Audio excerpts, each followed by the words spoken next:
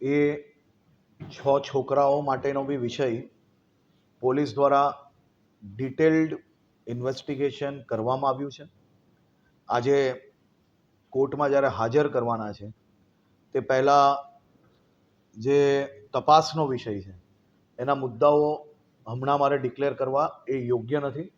એ બાબતની સંપૂર્ણ માહિતી કોર્ટના જ્યારે આ સૌ આરોપીઓને લઈ જશે ત્યારે સરકારી વકીલ પોલીસ દ્વારા જે વિષયો મુકાયેલા છે એ સૌ લોકોના ધ્યાન પર આપવામાં આવશે, કારણ કે પહેલાથી આ વિષયો ડિક્લેર કરવા એ યોગ્ય નથી. મેં બહુ ક્લિયર કહ્યું છે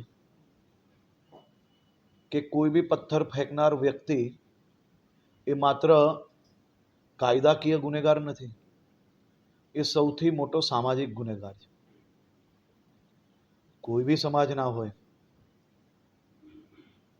આની અંદર કોઈ બી પ્રકારની લાગણી, કોઈ બી પ્રકારનો દયા એ હોઈ જ ના શકે. પથ્થર ફેંકવું અને પથ્થર ફેંકવાનો વિચાર બી કઈ રીતે આવી શકે. મારી તો ખાસ કરીને સમાજને અપીલ છે કે આ પ્રકારના યુવાનોને સાચી દિશા આપવી જોઈએ. આપણી જવાબદારી છે.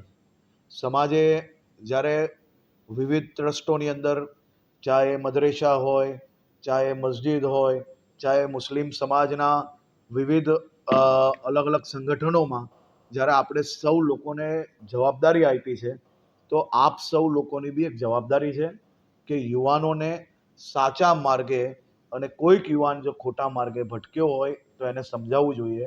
હું ફરી કહું છું, પથ્થર કોઈ બી જગ્યા પર ફેંકનાર કોઈ બી સમાજનો વ્યક્તિ હોય, અમે છોડતા નથી.